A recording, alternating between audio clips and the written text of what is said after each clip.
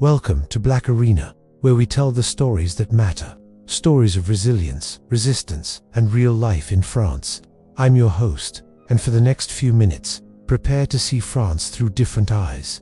Eyes that have witnessed both the beauty and the brutality of being black in the land of liberty. Today, we begin with a paradox. A nation that proudly declares liberty, equality, fraternity, while simultaneously wrestling with the ghosts of its colonial past and the realities of its present.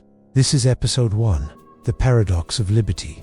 Picture this: you're walking down the Champs-Élysées, the sun setting behind the Arc de Triomphe. France's motto echoes in your mind: liberty, equality, fraternity.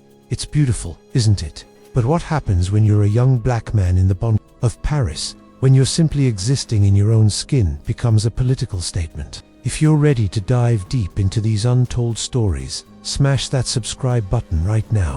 We're about to expose truths that will shake your understanding of modern France. Let's talk numbers, because numbers don't lie. According to France's own human rights ombudsman, young men perceived to be black or Arab are 20 times more likely to be stopped by police than the rest of the population. 20 times. Let that sink in. In 2024, the Council of State, France's highest administrative court, recognized the state's failure to address racial profiling by police. Yet here we are, still fighting the same battles. The same hands that once held chains now hold badges, and the patterns remain eerily familiar. But this isn't just about today. This is about centuries of history colliding with modern reality. France built its wealth on the backs of enslaved Africans in its colonies. The Code Noir, France's slave code, was among the most brutal in history. When slavery was abolished, the French government compensated slave owners, not the enslaved. Here's where it gets interesting. France doesn't officially recognize race. They call it colorblind republicanism. Sounds progressive, right? But here's the catch. How do you fight racism when you're not allowed to talk about race? Hit that notification bell, because what I'm about to share will blow your mind.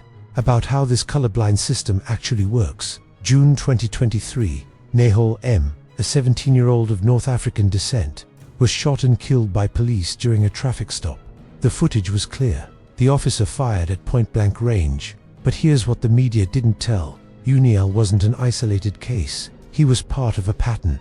The streets erupted, not just in Paris, but across France. Young people, many of them black and Arab, poured into the streets demanding justice. They were called rioters, thugs, criminals, but they were really just asking for the same thing their ancestors had been asking for centuries: to be treated as human beings. But we're not just victims, we're creators, innovators, leaders. From the jazz clubs of Montmartre, where Josephine Baker once performed, to the tech hubs of today, where black entrepreneurs are building the future, we're writing our own story. The 2024 Paris Olympics gave us glimpses of what's possible.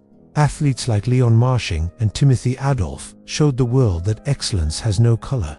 They reminded us that when given the chance, we don't just compete, we dominate.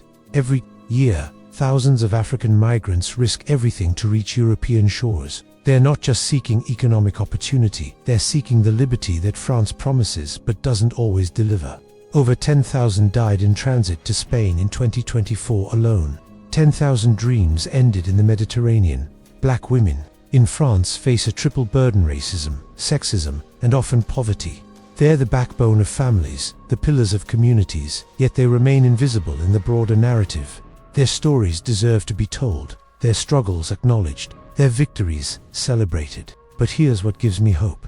The next generation refuses to accept the status quo. They're organizing, they're speaking out, they're demanding change. They're not asking for permission to exist, they're claiming their space. This isn't just a French story. From Ferguson to Paris, from Lagos to London, black people worldwide are connected by shared struggle and shared dreams. Social media has made the world smaller, and our voice is louder. So here's the choice France faces. Will it live up to its revolutionary ideals? Or will it continue to perpetuate the systems it claims to have abolished? Will it choose liberty for all, or liberty for some? The fight isn't over. It's just beginning.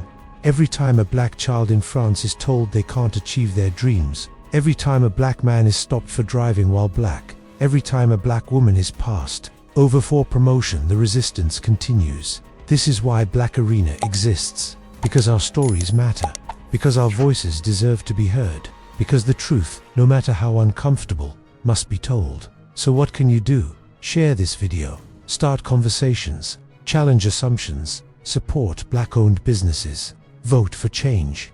Be the change you want to see. We're just getting started. Next week, we'll dive deep into the underground resistance movements that are quietly changing France from within. Episode 2, The Silent Revolution, will expose the networks of activists, artists, and entrepreneurs who are building a different future. Remember, your voice matters, your story matters, you matter. This is Black Arena, and we're just getting started. Until next time, keep fighting, keep dreaming, and keep believing in the possibility of real change.